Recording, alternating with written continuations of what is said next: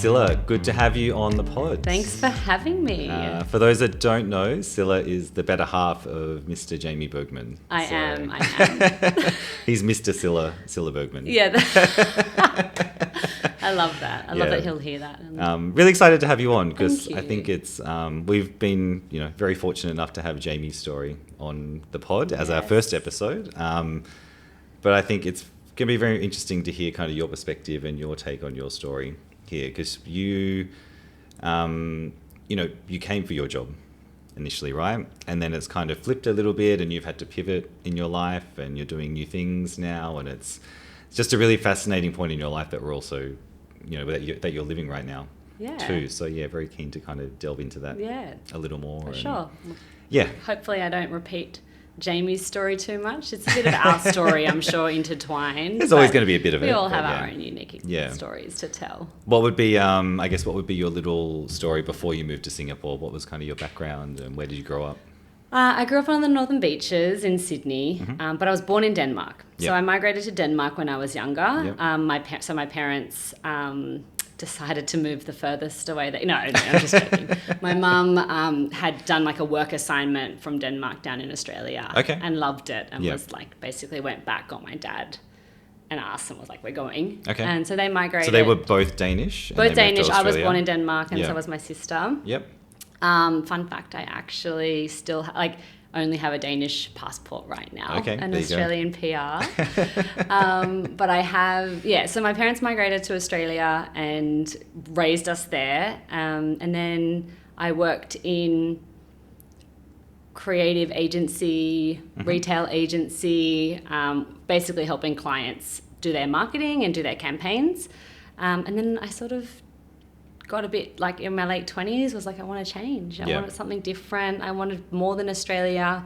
And maybe looking back on it, like as I'm reflecting a lot on like this journey, I think a lot of it came from my parents. Like they were brave and courageous enough to leave their whole families behind, in the early 90s, which is, like scary we concept. weren't as connected back then. To go so far away because they wanted a better future. They wanted to build a better future for their children. Not that Denmark's a bad place to live, not at all. I think it was just they were like, we like the climate. Yes. We like the energy of Australia, and that's what we want for our family.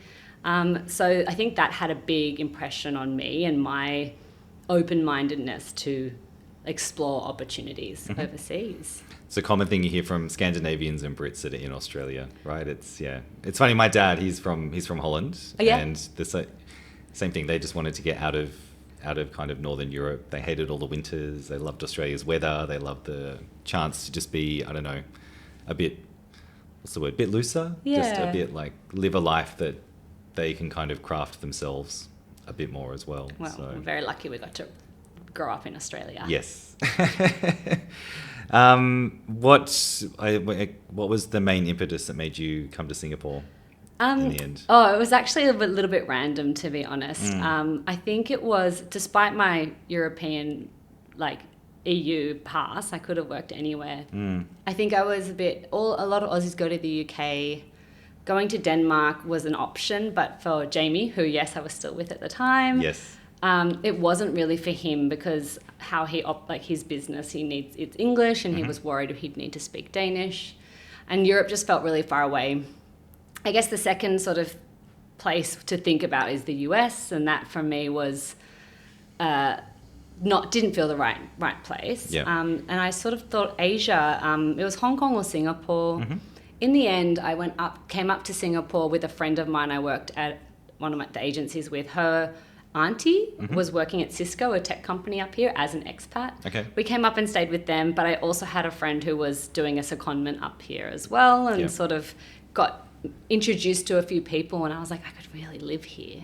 There's a good energy about this place. There seems to be a lot of opportunity, and this expat life feels really exciting. So I went back and said to Jamie, I think I'm going to just start to apply for jobs in Hong Kong or Singapore and see where I end up. And I did. I started applying. I reached out to a few people I knew in Singapore and tried to connect dots. In the end, I got a job in Singapore. So it was completely independent. It wasn't really an expat package. I wasn't moved up to Singapore. I didn't work for a company that was like, we're going to move you to Singapore. It was a personal decision. So it meant, like quitting my job, Jamie and I moving out of the unit that we owned, packing that up. Jamie actually packed that up. Thanks, Jamie. But, like leaving that life behind, like from a personal choice, and then going over to Singapore.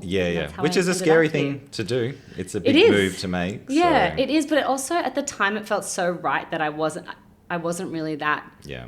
I didn't have time to really get scared about it. Yes. It was just like, oh, this is exciting. And I think sort of in your late 20s, it's always like, yep. And it was just you and Jamie, so yeah, exactly. And, I mean, my sister just moved to Riyadh in Saudi Arabia with her 2 kids that are 6 and 8. And like that, I think that's a big move. We can talk about that another day. But we were very lucky. It was just us 2. Yeah, and it's been 10 years. Yeah, now, so. We're not just us 2 anymore, but we have 2 little boys. Yes. And like being in Singapore, there's been so many life stages here, and I think that's what's made the time pass so quickly as well. Yeah. From sort of like young adults, double income, no kids, to young kids, COVID. Yes. And now sort of our own career paths. So yeah, it's a journey. I think anyone that kind of got through COVID here, it's like, okay, I've persevered, so I've got to the end, and now I get to live the Singapore experience again. Exactly. Restart for sure. How, I guess maybe we go back to the early years first. So when you first came over here, was it still like a creative agency role that you were working? Yeah, it was. It was a boutique agency. It was owned by a Japanese fellow who was married to an Australian woman, and they set up this agency in retail. It was very interesting because I was the only Westerner like in that company. Yeah. And it was a very small company. We had some great clients that we worked on, but it was a bit of a culture shock, to be quite honest. I felt like there was, a lot of learning that I had to do. I was in deep, I'd kind of gone to Singapore being like, I got this, but I realized very quickly there's so much about this country I don't know. Yes, you don't realize we live in a bit of a bubble sometimes. Yeah, exactly. And that's the thing with expats. Sometimes you just sort of stay in your bubble. But when you work for such a local company, it was like a very much sink or swim moment. I had to learn really fast, how to work with different cultures, with different language backgrounds, different education backgrounds. It was. And different, like the cultural thing as well. Like we're very direct in Australia. And I think that how a lot of people around Asia interact is probably more indirect. So there was some learning for me on how to work with my team, my colleagues in that workspace. Especially when you're in a creative industry as well, right? Yeah, it was. You need to motivate or get things out of people in a way that still lets them be creative. Yes, exactly. And when you kind of go from doing it in Australia with the people who culturally are the same to, a different expectation. There was just, a lot of, it's funny, I think about it now and I was like, wow, I really went in deep, and it wasn't a great experience. I'll be honest with you. I didn't love that job. And the company isn't around anymore, but it was a really intense learning period about, acclimatizing to Singapore and Singapore as a nation and the culture of it too. Yeah, of course. I mean, when you first move over here, that first couple of years, it's such a blur as well, I think right? So. Like it's not all travel and holidays, and there's a lot of, especially if you come over here and you start working straight away, it is a culture shock. You've got to get used to the way things work here, the working culture with, especially different nationalities can be, it's a different way of working, right? It is. Different really expectations, different motivations. Why people go to work can be very different sometimes as well, right? Yeah. So trying to get the best out of people is, and the hours worked too. The hours I think that was even like. Well, we're very used to starting early. We we want to finish early because we want to enjoy our afternoon. But it's kind of the opposite. It is like I remember my second job. People would come in at like 9:30, 10, and it's not late. It was just compared to me getting to work at 8:30 in Australia. It was just like, what is going on here? But then they work later too, so there's it all comes. I'll never out forget, like when I first moved here, one of the music groups I used to play with, we used to do like evening rehearsals on like a Tuesday, Thursday. So we'd finish at like 9:30, 10, and I'm like, okay, I need to go to bed now. Like I'm tired. They're like, oh, we're going for supper. I'm like, what do you mean supper? They're like, oh, we go like 11 p.m. each night. We just go to the hawker center and we have some food or evening food. I'm like, when do you guys go to bed? Yeah. Midnight, 1 o'clock, and then but they don't go to work till 10 in the morning. I'm like, this is the complete antithesis of me. Different life, absolutely different life. I guess so after that, you obviously got the bigger job, right? At Google, or was I was at Ogilvy first. Okay, so I can sort of tell my like career journey. Go for it. Because it's like I was really embarrassed to talk about it before recently. Of like I've had 4 jobs in 5 now in 10 years, right? Like when you think about how it's all worked out. So I ended up leaving the first company to work for a actually Danish-owned but Asia distributor that helped redistribute brands like Pandora, Cath Kidston, Monica Vinader. And that was a huge, like, very exciting opportunity for me. I was the marketing manager. Unfortunately, some things didn't go according to plan for the business, and there was some sellbacks of the company that needed them to reorganize. And I was the newest person, and I worked in marketing, so my role was made redundant. So that was a really short tenure. But interestingly, then I went to Ogilvy, which is a multinational international advertising agency, and went into advertising.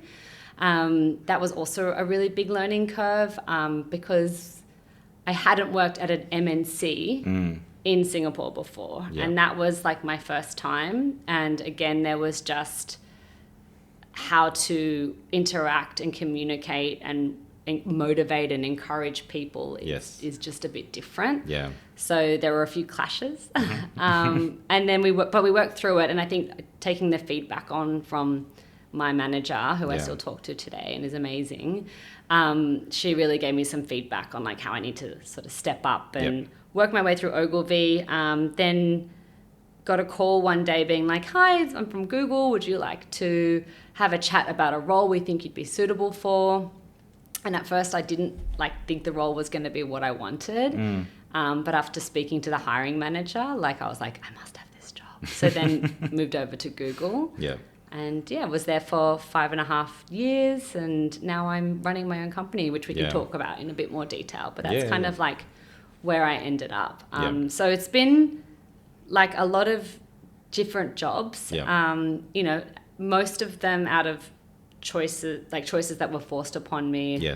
Well, 2 of them forced upon me, 2 of them choices. So I think it was it's just been interesting sort of seeing how I respond and move on from, some of the experiences that have been not so great, like redundancy, found a great job, offered another role, and then redundancy, and then, it's just been one of those experiences. But it's an experience that most of us go through at least once or twice in our careers, right? So I love hearing stories of people that have been made redundant. I was one of them as well, and that's when I set up my business too. Is you're kind of you're forced to reevaluate everything when that happens, right? You're like, okay, what am I doing? What do I want to do next? But then there's also the feeling of I've got to hustle. I've got to pay my bills. So do I have a choice? It's a lot of different emotions which we can get into. Absolutely. I think it's interesting hearing that because, obviously being laid off, it can be a real setback as well. But what has been your approach to the last couple of times that you've had to go through that? I think obviously the first one was probably very different to the second one. The first one, it was such a quick and short tenure. It still hurt a lot, but I was able to sort of get back on my feet faster, if you will. And I think it was the level of roles that I was going for. I think after the most recent Google one, I felt like I was in this sort of middle, not middle manager, not director, level. So finding another job for that level was really quite hard. And the landscape here is probably a bit different now. Too, I think that the biggest challenge was, how many tech companies were laying off people in 2023, 2024. The market here is so saturated with candidates, very smart, skilled, qualified candidates. looking for jobs. Yeah. So it was a competitive market.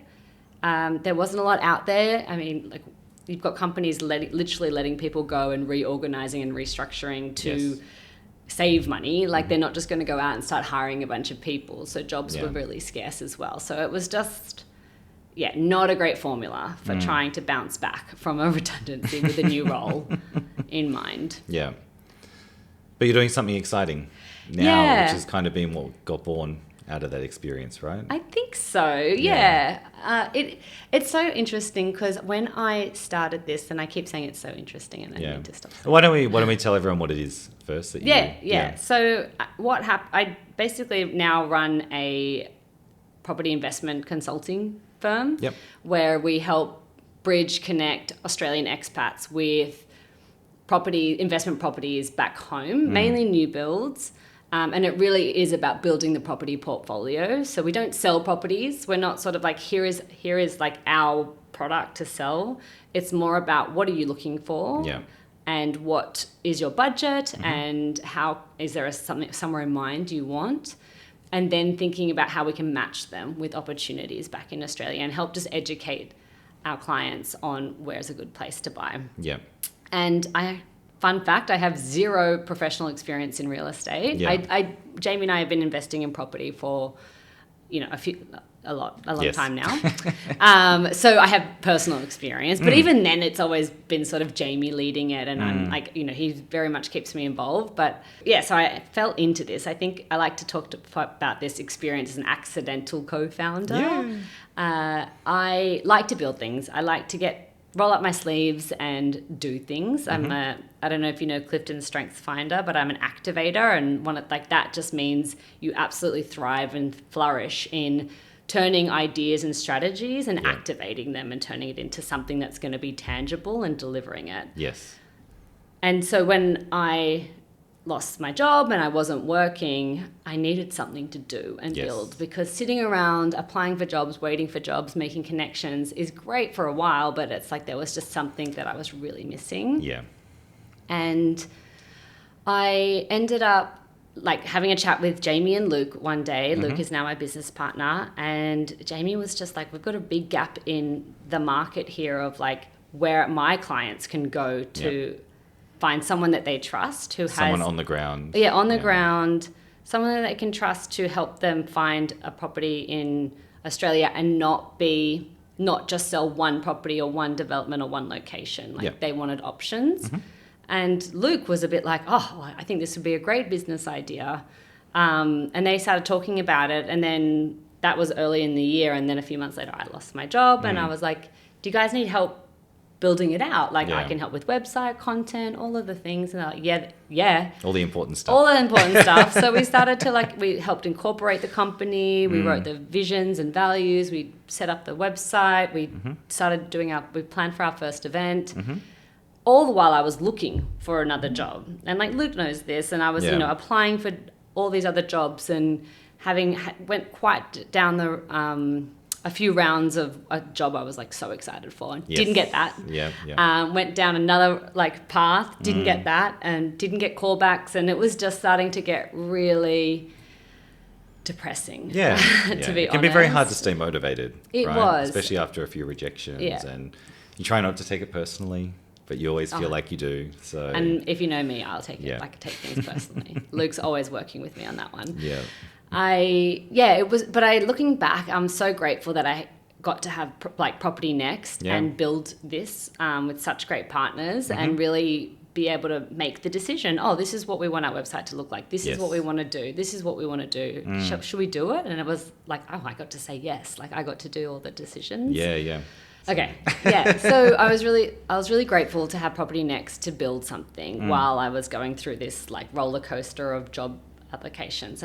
But to be honest, towards the end of last year, I was not very good mentally. I didn't really know what I wanted to do. Yeah.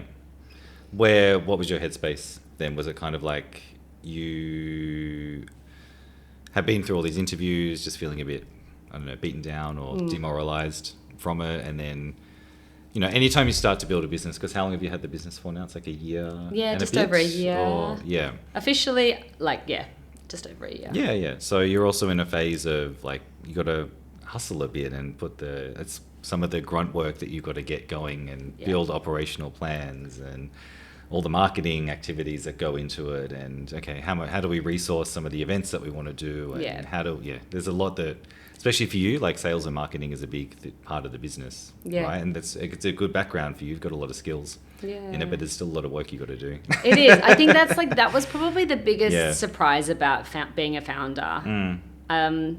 It's almost like the accountability is empowering, but it's also what's a good word for it? It can be also empowering, or sometimes disabling. Like it's just. It can feel overwhelming. Overwhelming, empowering and overwhelming. Sometimes you have to be in so many different headspaces at once that it actually can get very, very draining. Yeah, to the point where I've had it before. I just sit there on the couch. I'm like, exactly. Some days you wake up and you're just like, I just don't like it. Today's not it. Like today I'm not. I just don't feel like it. I just want to take my kids to school, go for a run, and just sit down and read my book all day. At the beginning, especially at the first year, when you don't see.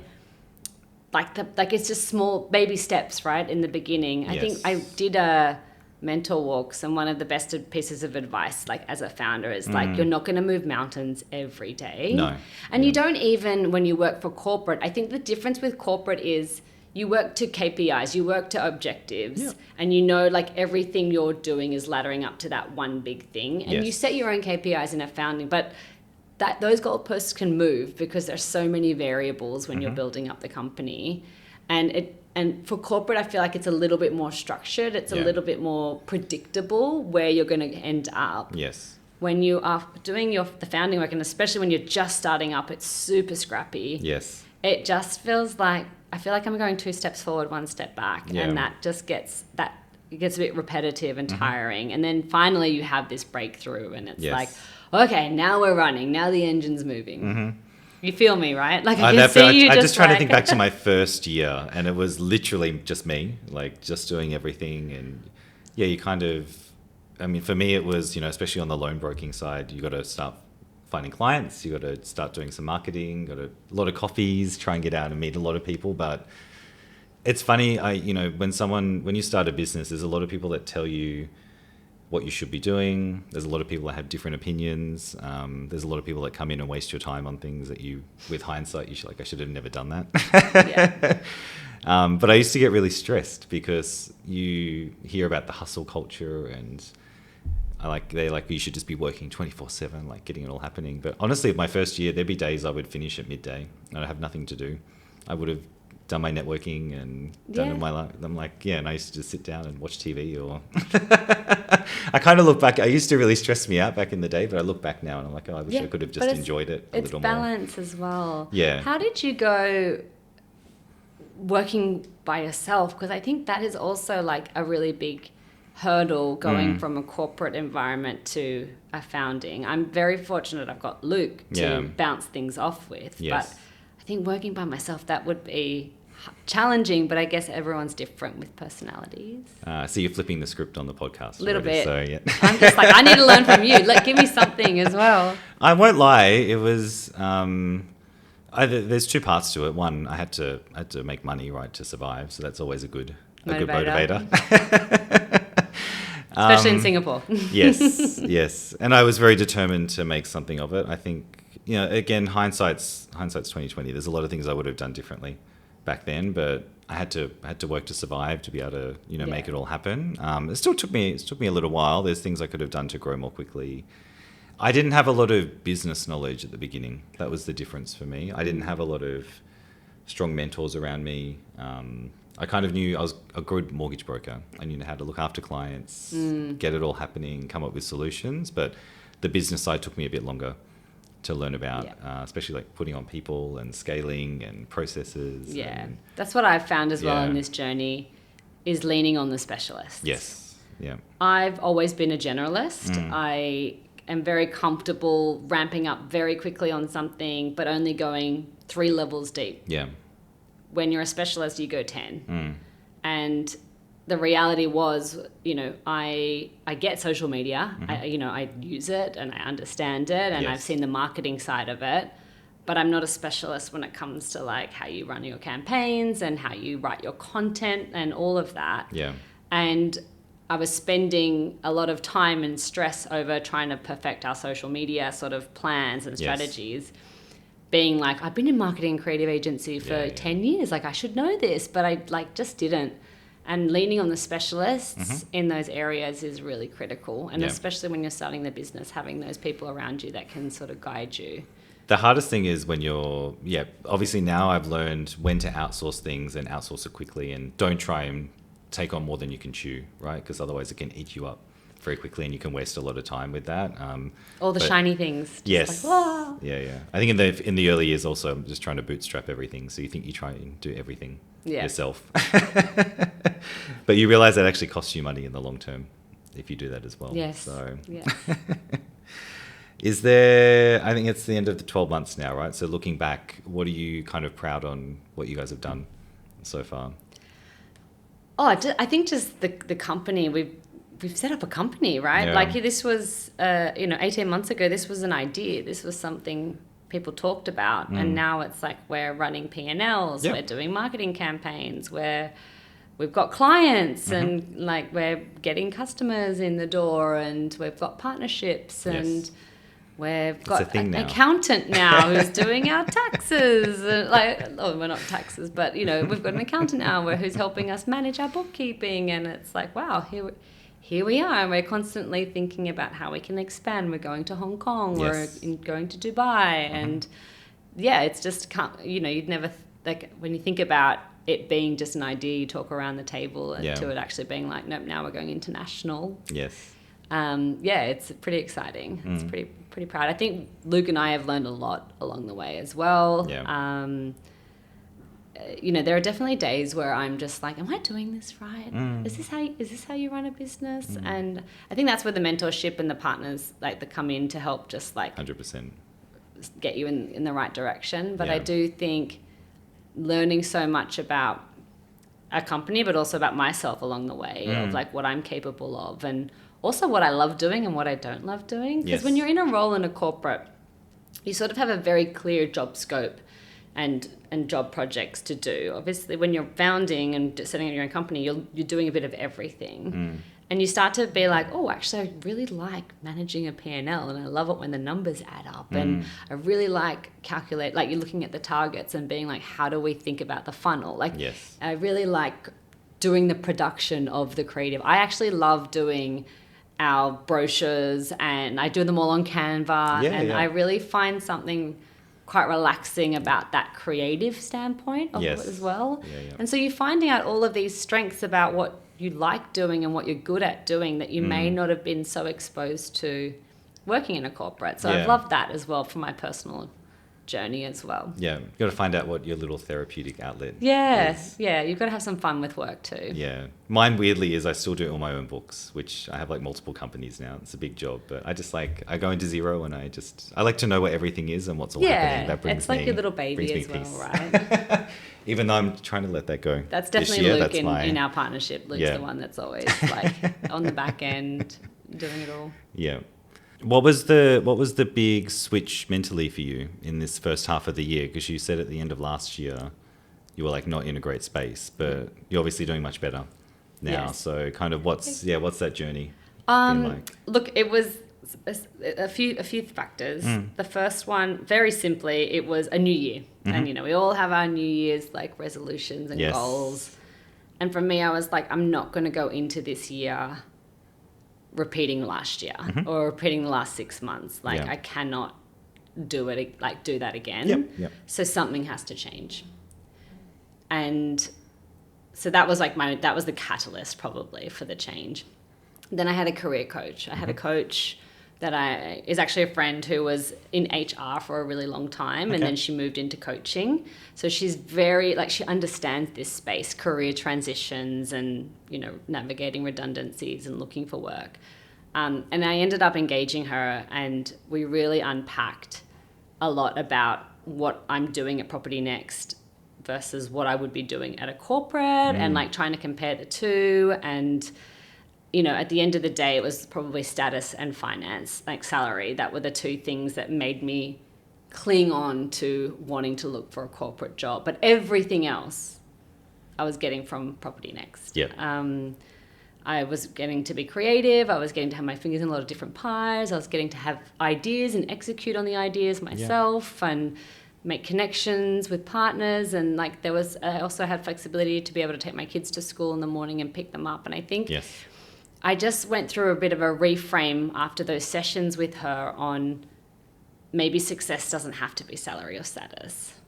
Not even just maybe. Success doesn't have to be made on salary and status. Yeah. It should be made of like your own achievements and what fulfills you as well. Like this is your life.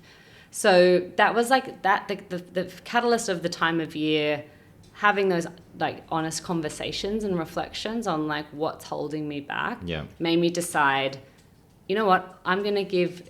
We're getting a visitor. Where is she? It's her first time on camera. Hello. Hello. Hey, do you like my story? Coming to say hi. Hello. Hey. You can ask me the next question, okay? I think, so all of those things together... Yeah. All of those things together just sort of was like, I'm going to give... Also, the question that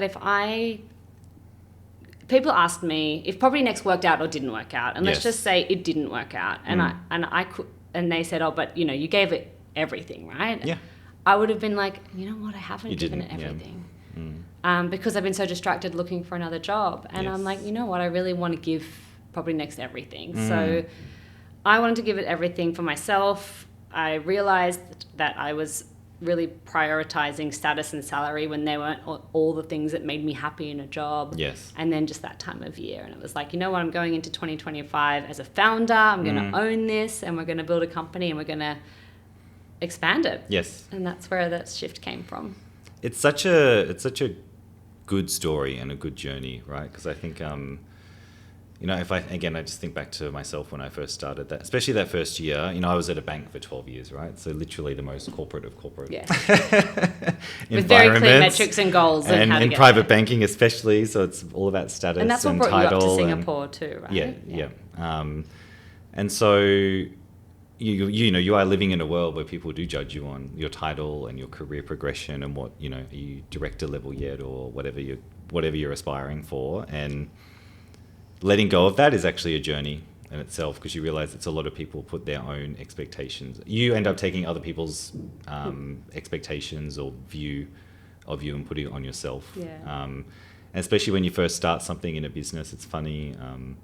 People that you think would support you straight away don't always support you, or it can be an adjustment for some people to be like, oh, you're just doing this as like a little side project now and not take it very seriously either. So, you know, it is a process to mentally decide, okay, I'm all in for this, right? And let go of, I can just go back and do this if it doesn't work out. Especially when the reason you're on this path wasn't your choice. Yes. Right? Like that sort of, I think that makes it take longer to come around. Yeah.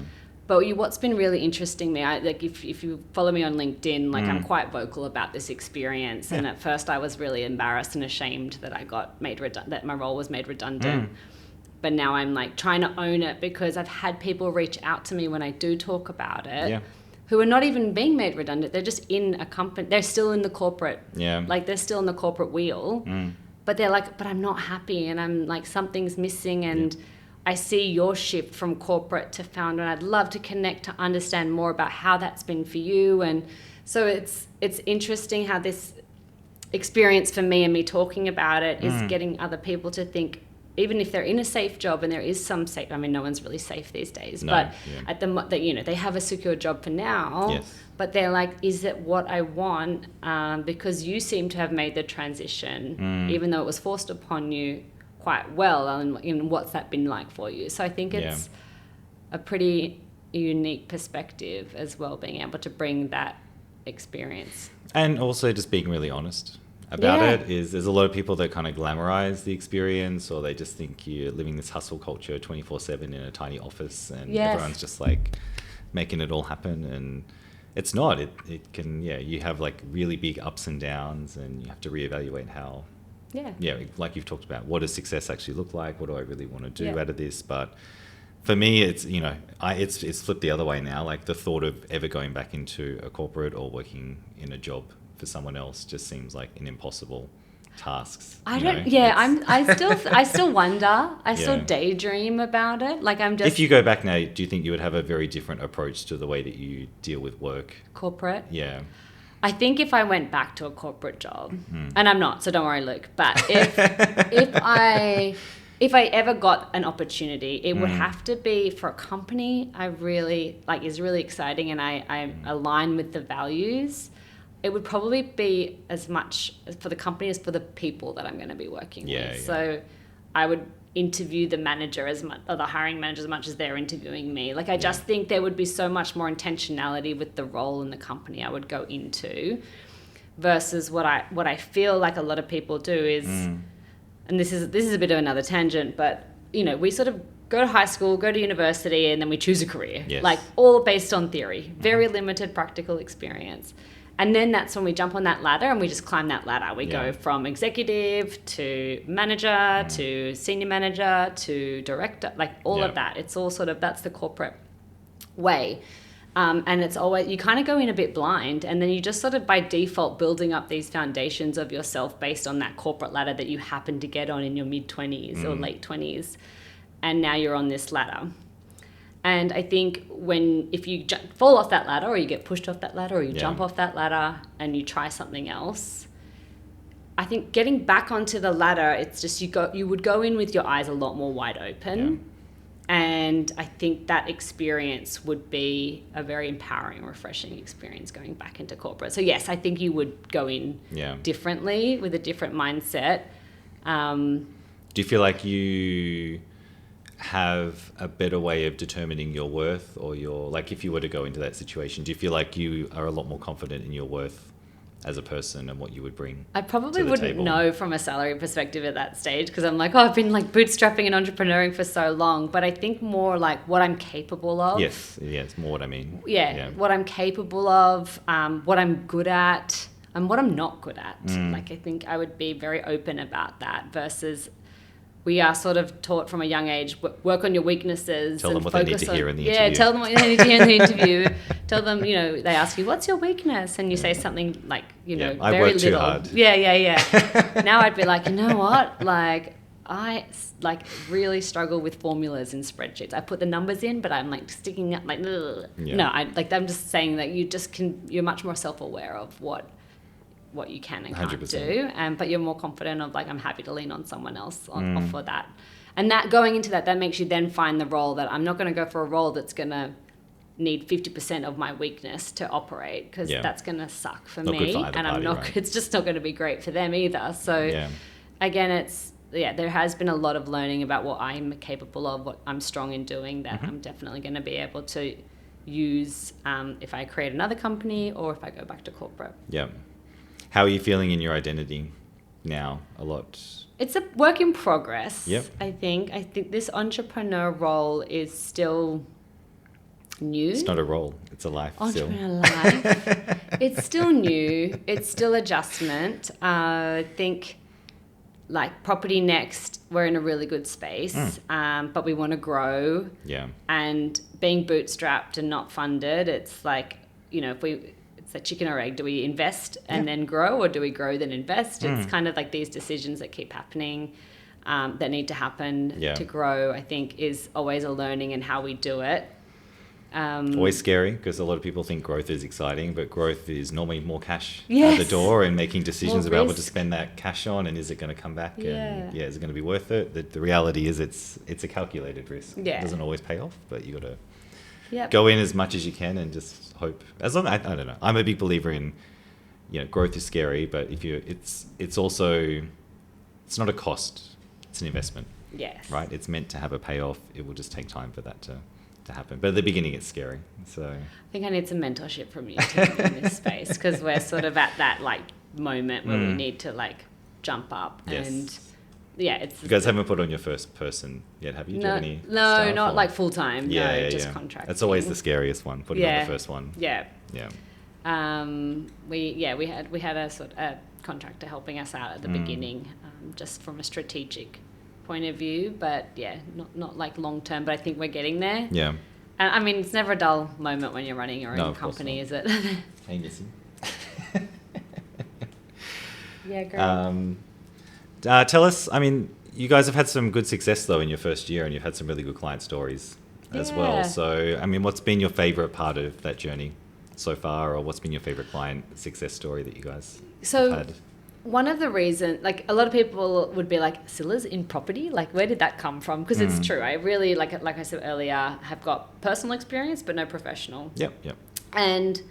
What I think I love, what I love about PropertyNxt and what we do is we're giving our clients choices that enable them to build their wealth that maybe they didn't think about before, or didn't think that they could do. So I was very fortunate, Jamie is a financial planner, wealth management, wealth building, it's what he does, and that's what he does for our family, and that's why we've been able to build our property portfolio.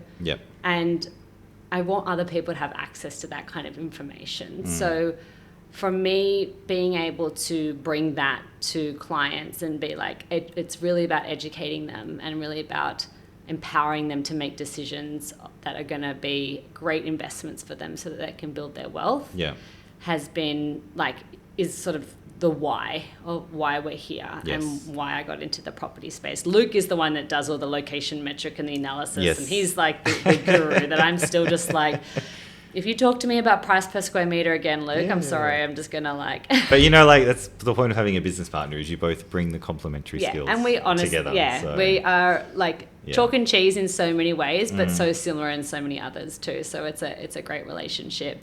But we've managed to see our clients make 15 to 20% of equity within 6 months from their first investment. So not only am I opening up these channels for that investment to happen, and we are enabling that, we're seeing the results for them as well. And I think that's just so satisfying. And they didn't spend millions or hundreds of thousands, it was just a few tens of thousands to get in the door, and they've already seen that return.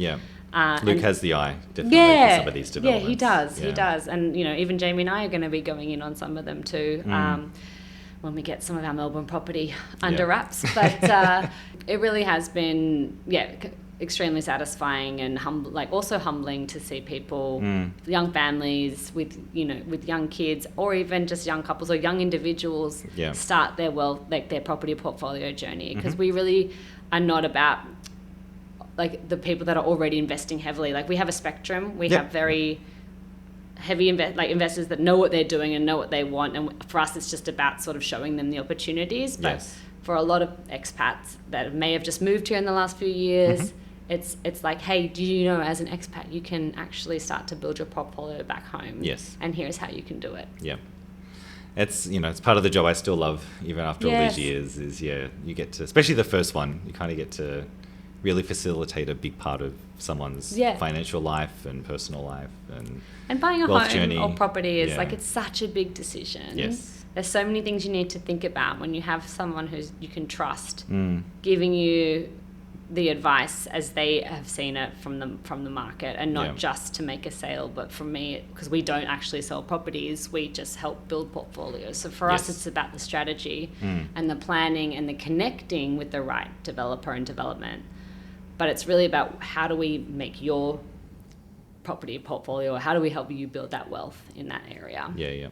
Which is important. Just having that objective eye for some people is what they really need sometimes. So. And that's what I love about it. I guess, obviously you're still in, it's good to talk to you at this point because it's kind of the first year founder journey. You talked about your mentor walks that you do as well. So what's, for someone who wants to start a business and is kind of going into that first year, looking back, what were some of the things that really worked for you, or what are some of the things you would do differently, and how has different mentors helped you shape that as well? So I think the coaching has been a game changer. I've done a few different bouts of coaching when I was at Google, and that was more sort of executive coaching. This was career transitioning coaching. I think we don't lean on those specialists enough, and it's really hard to navigate a path that you've never been on before. And what I love about coaching is it's not mentorship. So coaching is they'll ask you the questions and you have to figure out the answers, and you decide what you want to take from the session with the tools that they give you, but it's really like you're the decision maker. With mentorship, it's more they're giving you that sage advice from their wisdom, and it's like, here's what you can think about doing, and they're giving you, so an example would be a mentor would be like, here's what you might consider when you're building a business. A coach would be like, what kind of things do you think need to be considered when you start a business? So it's very different, like input, output. So I think you need both personally. Like you need the advice, you need the experience, but you need to know where you sit on that journey as well. And that's what the coaches can help with. Mentor Walks has been amazing. I'm a big fan of connecting and building your network. I find so many opportunities in Singapore are not what you know, but who you know. And what I love about Mentor Walks is it's such a safe space. It is women only, but it's such an intentional matching of mentors and mentees. It's not always right, but I would say 95% of the time it's right. And if the mentor isn't as in the field that you're interested in, you'll definitely find the mindset of the mentees is. And for me, I've always had a great experience, and it's always about getting the mentor sharing their wisdom, but also hearing different perspectives from the mentees themselves, which are a really wide range of fresh graduates to directors as well that are just not at the mentor level yet. So leaning on that network and that community and building those up has always been really helpful for me to get feedback on what I'm thinking, to bounce ideas off, to get just that advice built from experience of what you want to consider when you take that next step. Sometimes as well, like with mentorship, you'll hear from someone that's maybe not in the field or at the same point, or gives you advice and maybe you're not quite ready for, but sometimes little things stay with you, and then like you'll get a year or two down the track and you'll like remember that little thing that someone said and be like, oh, I get it now. Absolutely. It's very that. But I think also it's I like your point about the community here, because especially as anyone who's a business owner up in Singapore or any expat place, I think I just had Amy on the podcast in the previous episode, and same story. Like, and same for me actually. We've kind of built our business out of community here. It's so much word of mouth. I think if you do the right thing by people, everyone here is always ready to support you. Definitely. Even just as a person, right, and kind of pick you up or give you some pep talk or tell you it's all right. And honestly, you're doing the right thing. That is back to this like whole podcast. That's the essence of being an expat as well. We are here without our friends of habit, or like that we've sort of grown up with, that have been in our community, but like we're now in a new community. We're not with our family.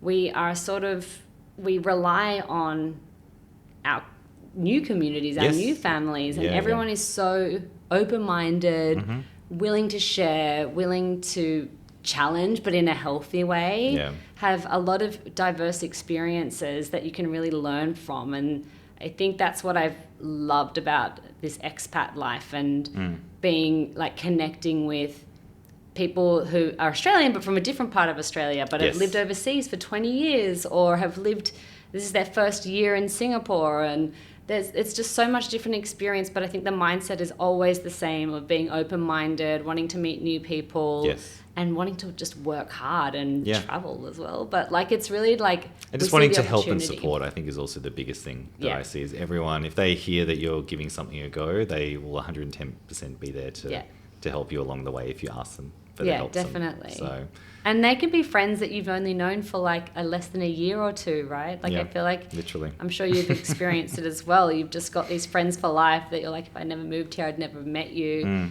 And we're actually from opposite ends of the world right now, but we're the closest to friends in Singapore. And I know no matter wherever we end up, we'll still have that friendship. And it's pretty cool.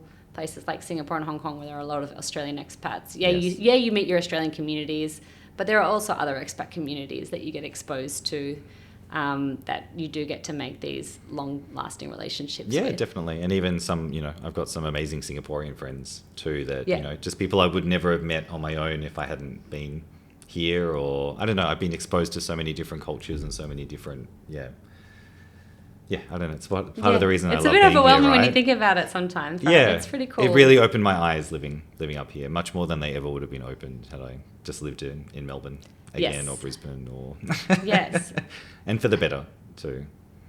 Yeah, I mean, it is something that even like when I talk to my Singaporean like team and friends, I'm like, you guys should go and live overseas somewhere. Like, I know Singapore's a great place and there's lots of opportunity here, but just living and experiencing life overseas somewhere would be an incredible journey, and you grow so much. Well, Singaporeans love Australia. There's a lot of them. Yeah, I know.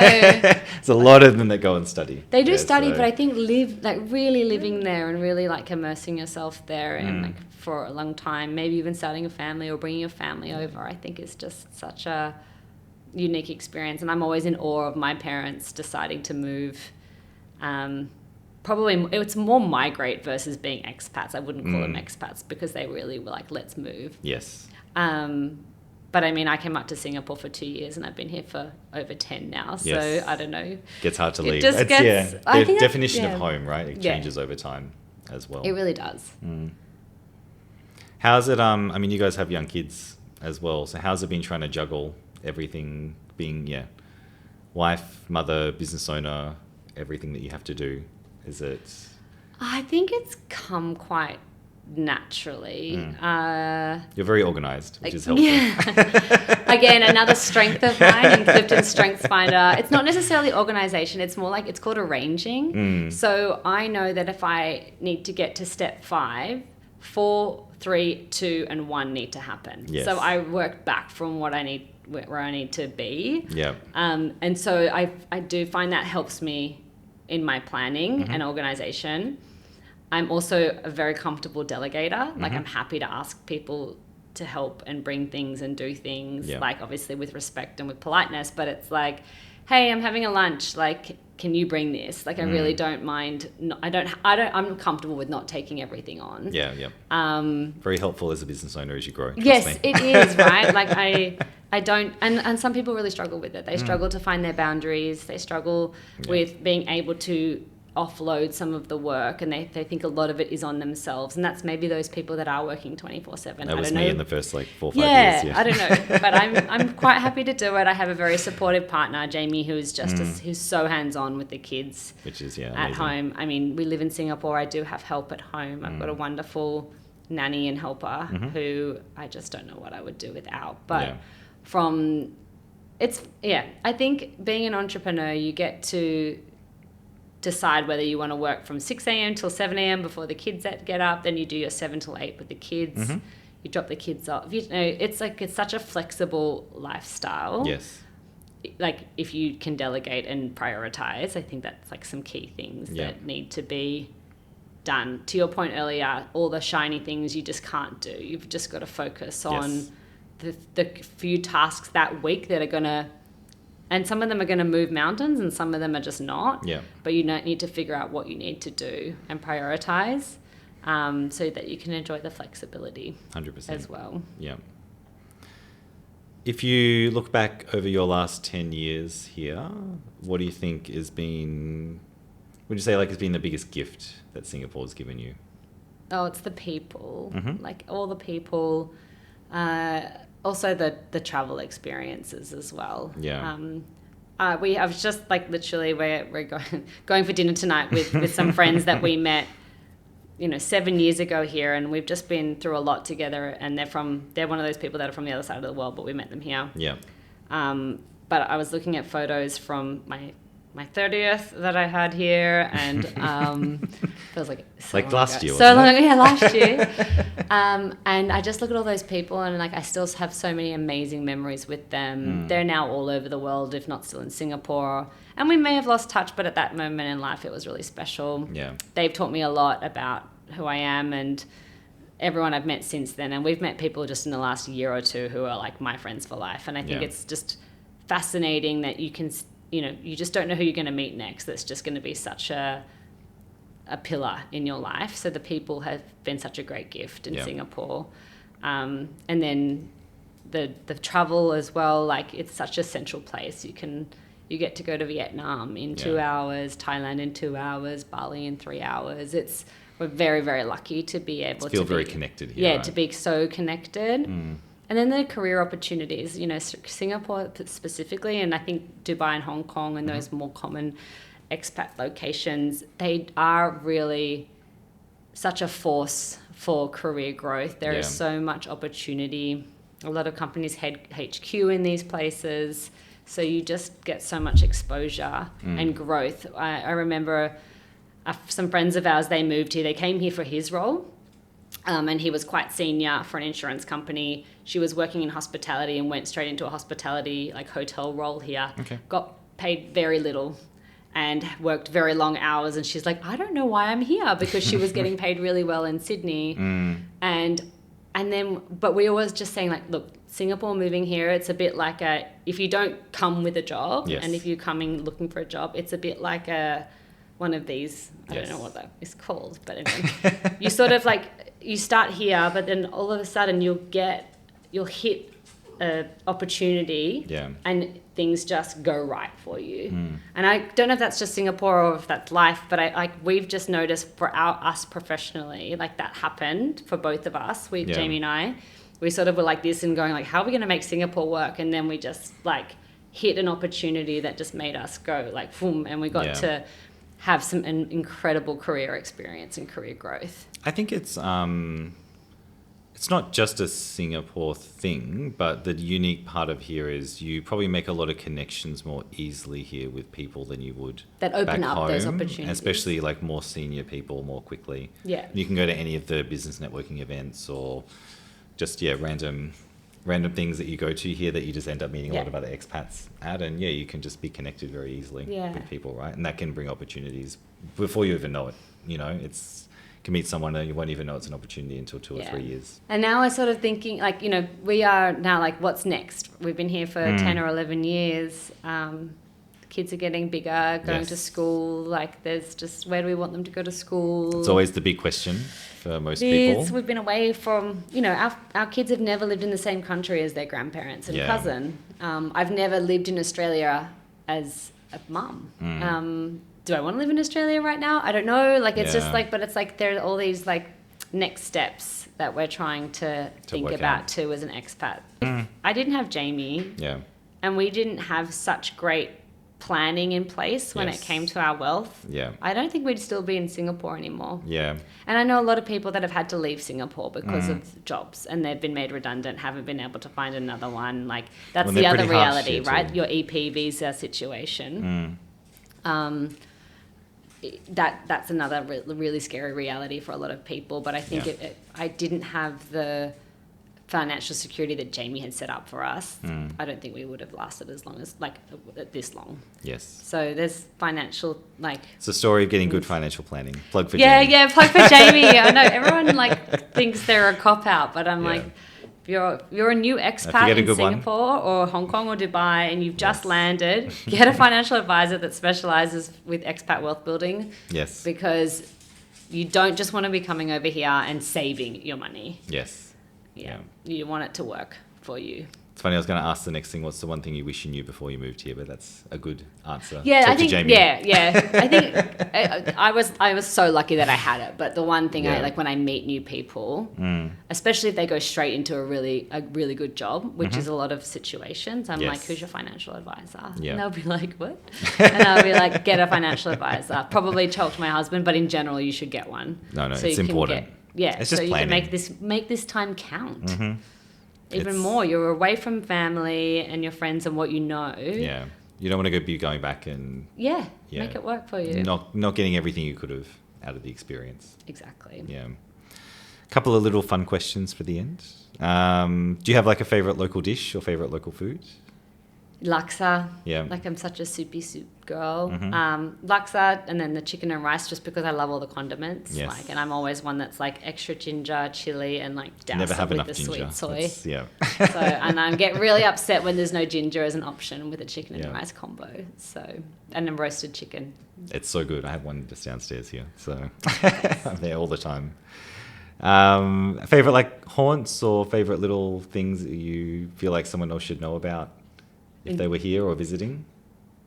Haji Lane. And I say it because I forget about it. Like, that Arab quarter with the mosque and like, it's got such a great vibe. And I don't think it gets the credit or visibility that all the other places do. No, I love it down there. Yeah. Some amazing food down there. Yeah, it really is. So. And it's just, you just feel like you're in a different world. Yeah, definitely. It's a good one. Yeah. Look, I just want to say thanks for being so real and so honest, Cilla. Thanks. I think it's, it's not always easy to be so upfront with some of the things that we struggle with when we first start, right? But I think your story will resonate with a lot of different people. It hopefully makes things not seem so scary as well, because we all go through very different points in our life of questioning things. But it's a real testament that it's the first year. You guys are actually doing really well for your first year. You're in a good spot now. Things are on the up and up. So I'm really excited to see what you guys do next. And obviously we try and support you where we can. Thank as you. Well. Yeah, I really appreciate it. I love the partnership. And I think what you, Jamie, and Tristan are creating here with this space is really needed. Because I think even like whether you are an expat or you don't know if you want to be, like these conversations and experiences could be that mind changer for some. And I think to any listeners, if there is someone that wants to have a chat about my experience or go deeper on what I'm going through, like you can always reach out to me. I'm sure you'll provide all the details. Yeah, well, it's the whole point of why we started this project. Is it's not just to glamorize things, it's to tell the real stories that some people like it's not easy. Like I've had 4 jobs, I've been made redundant of 2 of them. That first year that you move here can be very lonely as well before you find friends. You feel so far away from and your family. If one of your family members gets sick or married or has a significant birthday, you can't be there for it all. I think the first year I moved here, I was in Sydney, like went back to Australia like 4 or 5 times within the first year. Yeah. And now I go back once a year, if that. But I think like that just goes to show like how just because you come up here or move overseas, like you can always go back if you need to. Yeah. I think for me, it's just, I strongly encourage everyone to give expat life a crack. Yeah. You can always go back home Yes. if it doesn't work out. But thank you for creating this space and having these real conversations.